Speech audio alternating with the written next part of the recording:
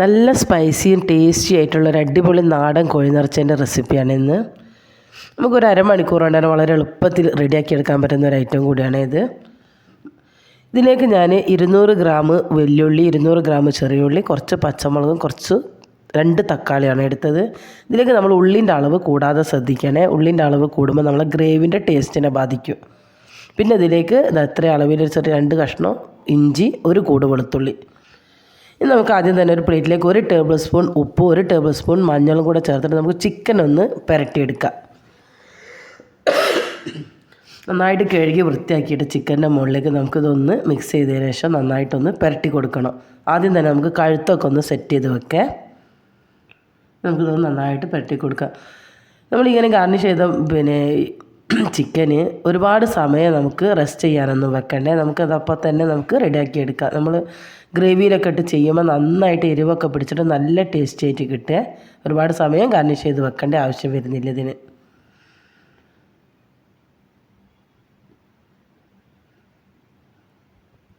ഇനി ഇതിലേക്ക് നമുക്ക് ഇതിൻ്റെ വയറിൻ്റെ ഉള്ളിലേക്ക് 2 പുഴുങ്ങിയ കോഴിമുട്ട വെച്ച് കൊടുക്കാം. അതിനുശേഷം നമുക്ക് കാലൊക്കെ ഒന്ന് ഒതുക്കി വെച്ച് കൊടുക്കാം.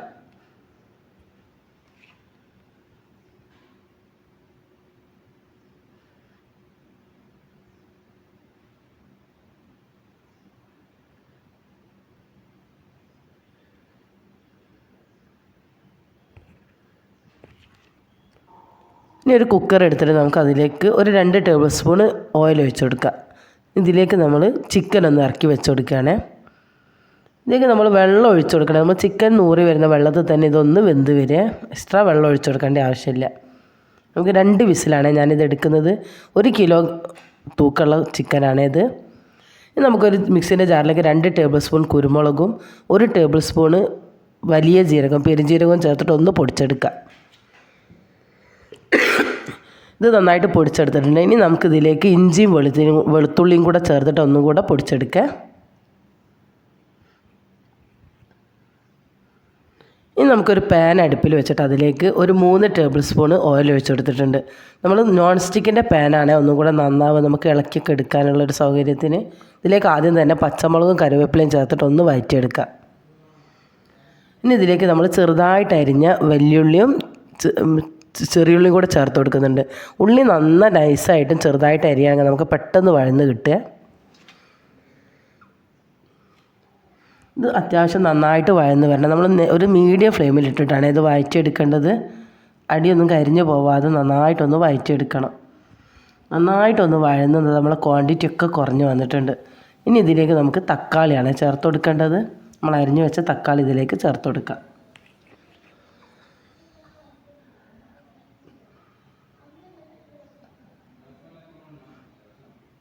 ഉള്ളി നന്നായിട്ട് വഴന്ന് ക്വാണ്ടിറ്റി ഒക്കെ കുറഞ്ഞ് വന്നതിന് ശേഷം നമ്മൾ തക്കാളി ഇട്ട് കൊടുക്കേണ്ടത്. എന്നാലേ നമ്മളെ ഗ്രേവി നല്ല ടേസ്റ്റായിട്ട് കിട്ടുള്ളൂ. ഇനി ഇതിലേക്ക് നമ്മൾ പൊടിച്ചു വെച്ച പെരുംജീരകവും കുരുമുളക്, വെളുത്തുള്ളി, ഇഞ്ചി എല്ലാം കൂടെ ചേർത്ത് പൊടിച്ച് വെച്ച മിക്സാണ് ഇട്ട് കൊടുത്തത്. ഇതൊന്ന് നന്നായിട്ടൊന്ന് ഇളക്കി കൊടുക്കുക.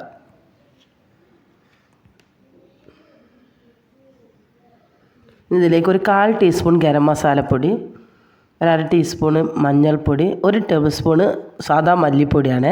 നമ്മൾ ചിക്കൻ മസാലയൊക്കെയാണ് ചേർക്കുന്നതെങ്കിൽ ഗരം മസാലപ്പൊടിൻ്റെ അളവ് കുറയ്ക്കണേ. ഇത് നന്നായിട്ടൊന്ന് മിക്സ് ചെയ്തെടുക്കുക.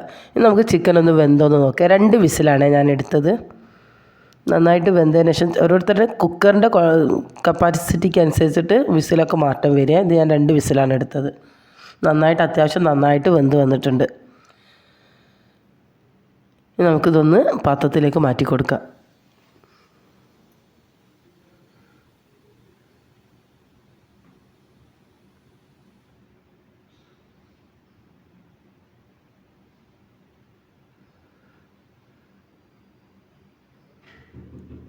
ഇതിലേക്ക് നമ്മൾ വേവിച്ച ചിക്കൻ്റെ ബാക്കി വന്ന വെള്ളമാണ്. ആ വെള്ളം കൂടി ഇതിലേക്ക് ചേർത്ത് കൊടുക്കുക. എക്സ്ട്രാ വെള്ളം ഞാൻ ചേർത്ത് കൊടുക്കുന്നില്ല. ഒരുപാട് വെള്ളം ചേർത്ത് കഴിഞ്ഞാൽ ഗ്രേവി നന്നായിട്ട് ലൂസായി പോവുക. പിന്നെ അതുപോലെ നമ്മൾ ഈ ചിക്കൻ ഒന്ന് ഇതിൽ വെച്ചിട്ട് നമ്മളൊന്ന് ചെറിയ തീയിൽ കുറച്ച് സമയം വേവിച്ചെടുക്കുമ്പോൾ ഇതിൽ നിന്നൊക്കെ ഇനിയും വെള്ളം ഊറി വരിക. അതുകൊണ്ട് വെള്ളം ചേർക്കാതാണ് ഞാനിതൊരു പിന്നെ ഞാൻ ചിക്കൻ വേവിക്കുമ്പോൾ ഉപ്പ് ചേർത്തതുകൊണ്ട് ഉള്ളിയിൽ പ്രത്യേകിച്ച് ഉപ്പ് ചേർത്ത് കൊടുത്തിട്ടില്ല. ഇനി ഉപ്പൊന്ന് നോക്കിയിട്ട് കുറച്ചും കൂടി ഉപ്പ് ഞാൻ ചേർത്ത് കൊടുത്തിട്ടുണ്ട്.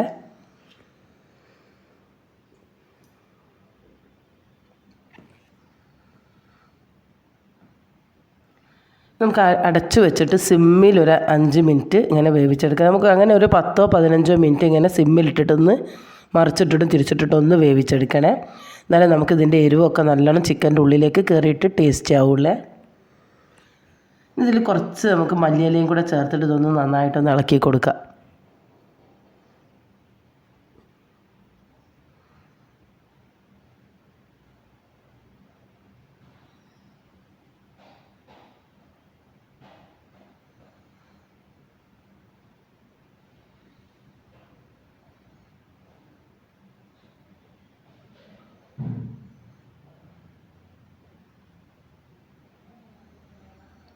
സിമ്മിലിട്ടിട്ടാണ് ഇതിങ്ങനെ കുക്ക് ചെയ്തെടുക്കുന്നത്. ഇനി ഇതൊന്നും മറിച്ചിട്ട് കൊടുക്കാം. അങ്ങനെ ഒരു 15 മിനിറ്റോളം നമ്മളിങ്ങനെ ചെയ്തെടുക്കുമ്പോൾ നന്നായിട്ട് എരിവൊക്കെ പിടിച്ചു വരിക. ഇനി അഥവാ നിങ്ങൾക്ക് വേണമെങ്കിൽ ഒരു 2 സ്പൂണോളം വേണമെങ്കിൽ ഒന്നും കൂടെ ഗ്രേവി ഒന്ന് ലൂസായി കിട്ടണമെങ്കിൽ 2 സ്പൂണോളം വെള്ളം ഒഴിച്ചു കൊടുക്കുക. ഒരുപാട് ഒഴിച്ചു കൊടുക്കരുത്.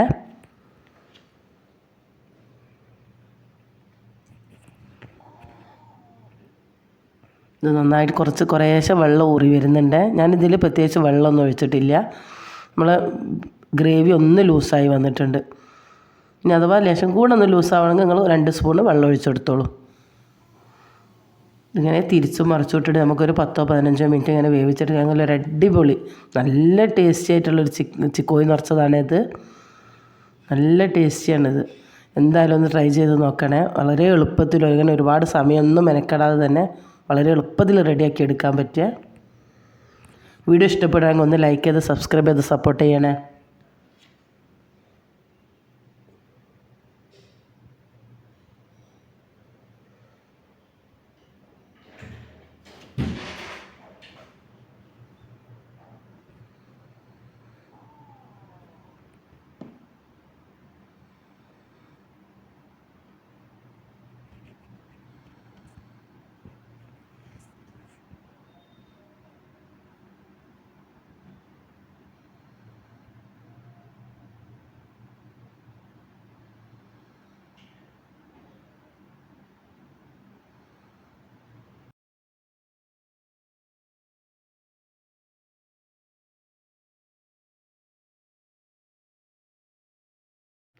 നമ്മൾ എത്ര സമയത്തോളം ഇങ്ങനെ സിമ്മിലിട്ടിട്ട് ഇങ്ങനെ ഒന്ന് മറിച്ചും തിരിച്ചിട്ട് വേവിച്ചെടുക്കുന്ന അത്രത്തോളം ഇത് ടേസ്റ്റി ആയിട്ട് വരിക.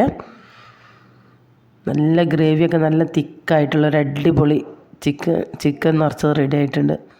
എന്തായാലും എല്ലാവരും ഒന്ന് ട്രൈ ചെയ്ത് നോക്കണേ. നമുക്കിതൊന്ന് ഒരു 15 മിനിറ്റ് 20 മിനിറ്റിന് ശേഷമാണ് ഞാനിതൊന്ന് നന്നായിട്ട് ചൂടാറിയതിന് ശേഷം നമുക്കിതൊന്നൊരു സെർവിങ് ബൗളിലേക്ക് വിളമ്പേ. ഇത് ചപ്പാത്തിക്കും പൊറാട്ടക്കും ചോറിനൊക്കെ നല്ലൊരു അടിപൊളി കോമ്പിനേഷനാണ്. എന്തായാലും ഒന്ന് എല്ലാവരും ട്രൈ ചെയ്ത് നോക്കണേ.